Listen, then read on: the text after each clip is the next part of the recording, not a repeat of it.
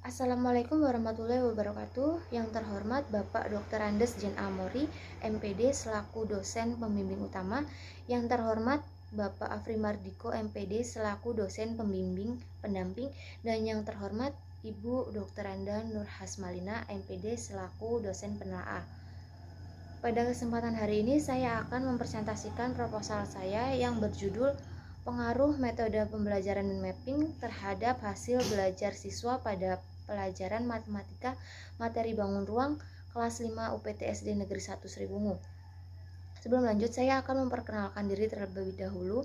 Perkenalkan, nama saya Risma Rifana, NPM 180600094 dari Prodi S1 PGSD. Adapun pokok bahasan dalam presentasi ini yaitu pendahuluan, kajian teori, dan metodologi penelitian. Langsung saja pada bagian pendahuluan, peneliti dalam menulis proposal ini dilatar belakangi oleh berbagai masalah, yaitu saat ini Indonesia sedang menghadapi pandemi COVID-19 yang memberikan dampak bagi pendidikan. Salah satunya yaitu pembelajaran tatap muka yang dialihkan menjadi pembelajaran daring.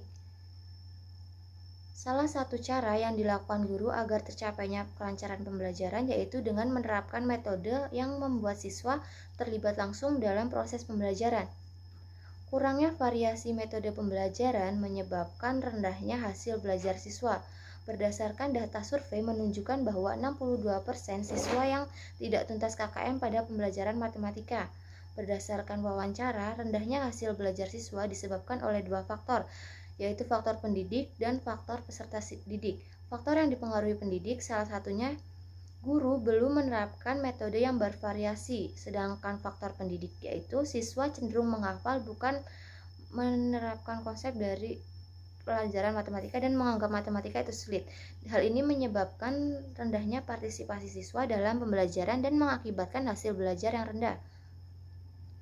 Rumusan masalah dalam penelitian ini adalah: adakah pengaruh metode mind mapping terhadap hasil belajar matematika? Berdasarkan rumusan masalah, penelitian ini bertujuan untuk mengetahui adakah pengaruh metode mind mapping terhadap hasil belajar matematika. Manfaat penelitian ini ada dua, yaitu manfaat teoritis dan manfaat praktis. Ruang lingkup penelitian ini adalah: 1. Penelitian hanya terbatas pada hasil belajar ranah kognitif pada materi bangun ruang. 2. Penelitian ini hanya dilakukan di kelas 5 UPTSD Negeri 1 Sriwungu. 3. Metode yang digunakan untuk meningkatkan hasil belajar matematika adalah metode mind mapping. Selanjutnya, bagian kedua, kajian pustaka. 1. Metode pembelajaran adalah prosedur urutan langkah-langkah dan cara yang digunakan guru untuk mencapai tujuan pembelajaran. Hesti Sulistiorini 2012. 2. Metode mind mapping adalah cara untuk menempatkan informasi ke dalam otak dan mengambilnya lagi ke luar otak. Budianto 2016. 3. Hasil belajar adalah pengalaman yang telah didapatkan siswa setelah menerima pelajaran. Fauhan dan Rosid 2021 dengan aspek di dalamnya yaitu kemampuan kognitif yang berkenaan dengan hasil belajar intelektual yang terdiri dari 6 aspek, ya, diantaranya pengetahuan, pemahaman, penerapan, analisis, evaluasi, dan sintesis. Hipotesis: terdapat pengaruh yang signifikan terhadap penggunaan metode mind mapping terhadap hasil belajar matematika. Selanjutnya, bagian ketiga, metodologi penelitian. Jenis penelitian ini adalah kuasi eksperimen menggunakan non-equivalent control group design, mempunyai dua variabel, yaitu variabel bebas mind mapping dan variabel terikat hasil belajar.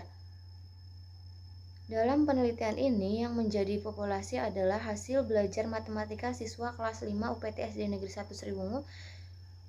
Penentuan sampel menggunakan sampel jenuh, yaitu penentuan sampel bila semua anggota populasi digunakan menjadi sampel. Sampelnya yaitu kelas 5A dan kelas 5B. Instrumen dalam metode pengumpulan data yaitu menggunakan tes, dan untuk metodenya yaitu observasi, tes, dan dokumentasi.